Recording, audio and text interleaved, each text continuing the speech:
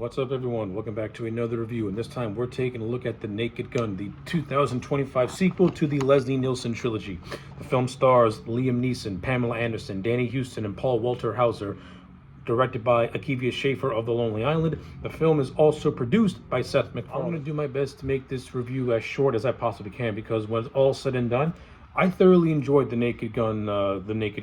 I thought this was a very, very funny parody. It has the same spirit of the Leslie Nielsen trilogy.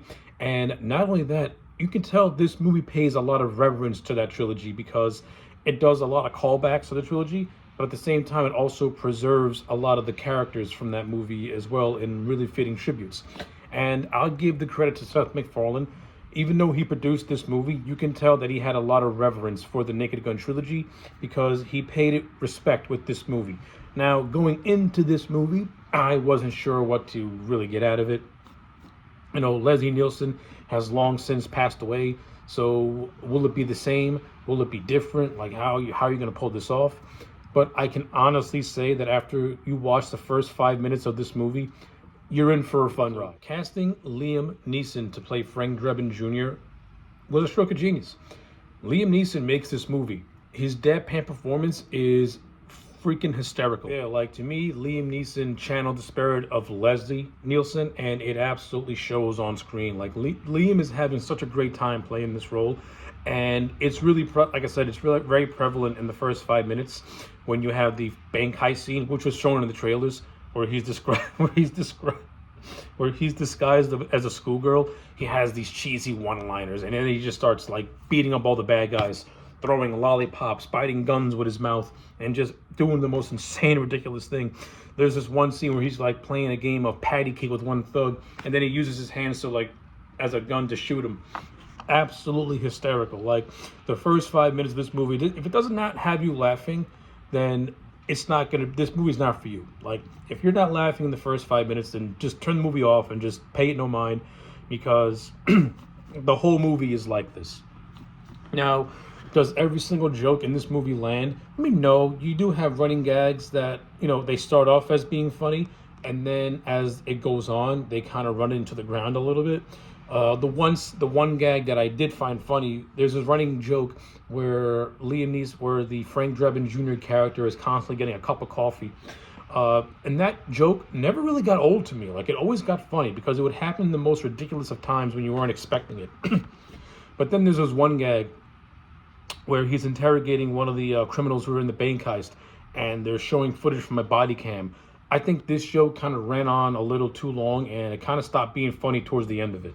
Like I said, but because this movie moves at such a brisk pace, you can forgive it, because as soon as you get a joke that falls, you get a joke that lands, and the movie's right back on track to being good again. So, like, the movie never really loses you in terms of its humor. The humor is very, very consistent, but like most comedies, some jokes will land and some jokes won't. That's just the nature of the beast. Everyone has a different sense of humor. But in addition to this movie having a mostly solid sense of humor with some very good, funny gags and stuff, you also got a pretty decent cast. Like, you got Pamela Anderson, who plays the lead love interest, and who would have thought that Liam Neeson and Pamela Anderson would have pretty good on-screen chemistry with one another. I thought these two were really, really funny, bouncing off one another. And I think that their romance is a nice parallel to Frank and Priscilla Presley's romance in the original Naked Gun trilogy. Especially when you get this hilarious montage where they're having like this romantic weekend in a cabin, and they use a spell book to possess a snowman. And while this is going on, the song "And We Can Do Things Forever," I don't know the name of the song, but you know what I'm talking about when you hear it. That is playing in the background in this montage, and it's absolutely hysterical because as this snowman comes to life, he's joining Frank and Beth Davenport in this during this little romantic getaway, and then towards the end, it kind of goes serious with the snowman gets jealous. Oh man, like, yeah, I'm not gonna say no more. You just gotta watch it. I think this part of the movie is actually really, really funny. You also have Paul Walter Hauser, who plays the character of Ed Hockley, who is the son of George Kennedy's character from the original trilogy.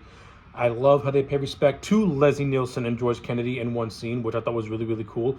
And yes, they also do a Nordberg reference in this movie, who was originally played by O.J. Simpson. But I like how the character just brushes it off and saying, no, I'm not related to him. Like, that was actually pretty funny. I mean, knowing what we know about O.J. Simpson, it was going to be very delicate on how they handle a reference to his character and to him in general. And I think the movie did it in a very classy way. You also have Danny Houston in this film, who plays the lead villain, who is a parody of Elon Musk.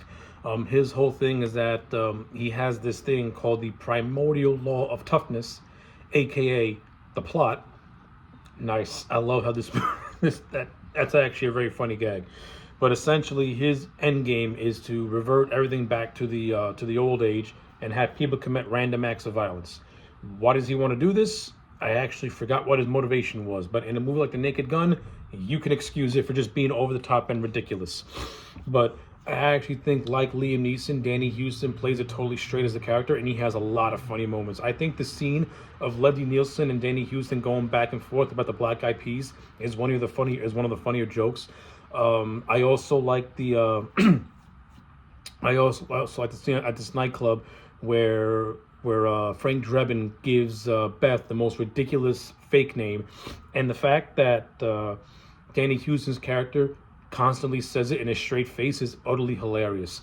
Also, in this nightclub scene, we also get a cameo from Cody Rhodes and a very funny back and forth between the two. I like that scene. I also like Kevin Durant, who plays the henchman to the Danny Houston character. Kevin Durant is such an underrated actor. Like, I mean, he's in a lot of movies, and some of the movies he's in are bad and some are good. This is one of the good ones. But you may know Kevin Durant as the Blob from X-Men Origins Wolverine, in which he and Wolverine have one of the better scenes in that film because the comedy is actually really, really good.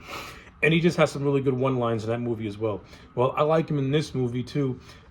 In the two best scenes that he's in, there's one scene where he's spying on Beth and Frank as they're based in Turkey, and it's a visual joke of misrepresenting what's actually being shown, and he thinks that something not so good's going on, and his reactions are absolutely hysterical. And the second best scene that he's in is when he gets kidnapped by Frank and the police through the use of a fake driver and gas, and just his reactions to everything is hilarious. Like he's saying, that's not my regular driver, that's not my regular car, that's not my regular gas. Like, shit like that's hilarious. And then you get a scene where he's in a hospital bed where Frank uses like ridiculous tactics to get him to confess to crimes that he's doing.